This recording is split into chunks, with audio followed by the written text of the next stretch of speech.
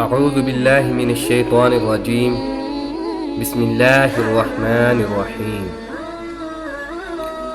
میرے پیارے نبی کے چاہنے والوں کو السلام علیکم ورحمۃ اللہ وبرکاتہ۔ اس جگہ کو کون نہیں جانتا، الحمدللہ ہم سبھی ہی جانتے ہیں۔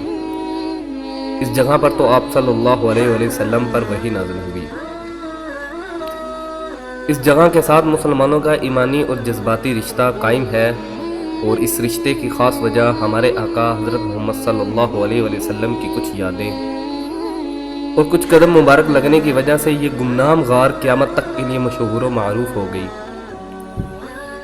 جسے ہم آج غار حرا کے نام سے جانتے ہیں۔ اس غار کا تذکرہ ہمیں احادیث میں بھی ملتا ہے۔ یہ غار مکہ مکرمہ سے 3 میل کی دوری پر جبل نور نامی پہاڑ پر واقع ہے۔ آپ صلی اللہ علیہ وسلم اکثر اس غار کے اندر کئی دنوں کا کھانا ساتھ لے آیا کرتے تھے اور اللہ کی عبادت کیا کرتے تھے۔ جب کھانا ختم ہو جاتا تو کبھی آپ خود گھر تشریف لے آتے اور کھانا ساتھ لے جاتے، اور کبھی حضرت خدیجہ رضی اللہ عنہ کھانا پہنچا دیا کرتی تھی۔ یہ غار آج بھی اپنی اصلی حالت میں موجود ہے۔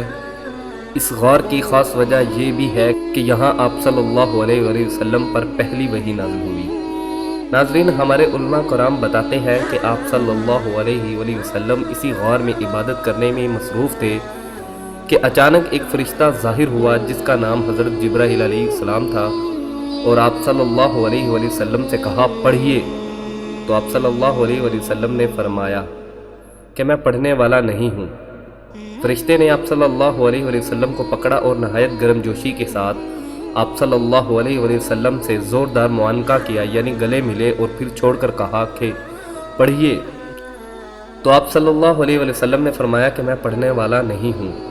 فرشتے نے پھر دوسری دفعہ آپ صلی اللہ علیہ وآلہ وسلم کو اپنے سینے لگا کر چھوڑا، تو آپ صلی اللہ علیہ وآلہ وسلم نے تب بھی یہی کہا کہ میں پڑھنے والا نہیں۔ اسی طرح فرشتے نے تیسری بار آپ صلی اللہ علیہ وآلہ وسلم کو سینے سے لگا کر کہا پڑھیے، اقرأ بسم ربک الذی خلق خلق الانسان من علق۔ پڑھو اے نبی اپنے رب کے نام کے ساتھ جس نے پیدا کیا جمے ہوئے خون کے ایک لوتھڑے سے انسان کو۔ پڑھو، اور تمہارا رب بڑا کریم ہے جس نے قلم کے ذریعے علم سکھایا، انسان کو وہ علم دیا جسے وہ نہ جانتا تھا۔ تو میرے پیارے بھائیوں، یہ تھی وہ سب سے پہلی وحی جو آپ صلی اللہ علیہ وآلہ وسلم پر اسی غار میں نازل ہوئی۔ تب آپ صلی اللہ علیہ وآلہ وسلم کی عمر 40 سال تھی۔ آج کل لوگ یہاں آتے ہیں اور اس غار کی زیارت کرتے ہیں۔ اللہ رب العالمین سے دعا کہ اللہ تعالی ہمیں دوبارہ یہاں آنے کی توفیق دے، آمین۔ اے اللہ، ہمیں مانگنے کا سلیقہ نہیں آتا، پھر بھی ہر روز ہاتھ پھیلائے اس یقین کے ساتھ تجھ سے مانگتے ہیں کہ تیرے سوا ہماری دعاؤں کو قبول کرنے والا کوئی نہیں۔ اے مالک، ہماری ٹوٹی پھوٹی دعاؤں کو نہ دیکھ، ہمارا تجھ پہ جو یقین کامل ہے اس کو دیکھ، اور ہماری حاجتوں کو پورا کر دے۔ ہمیں بھی ان لوگوں میں شامل فرما لے جنہیں تو ہدایت فرماتا ہے، جن کی تو توبہ قبول کرتا ہے، جو تیرا خوب شکر ادا کرتے ہیں اور تو ان پر اپنا خاص کرم فرماتا ہے۔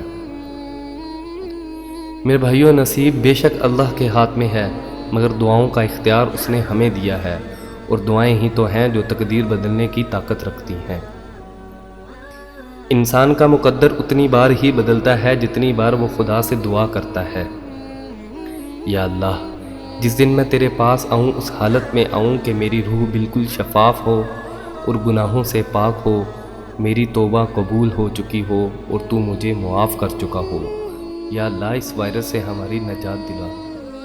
یا اللہ، تو بڑا رحیم کریم ہے۔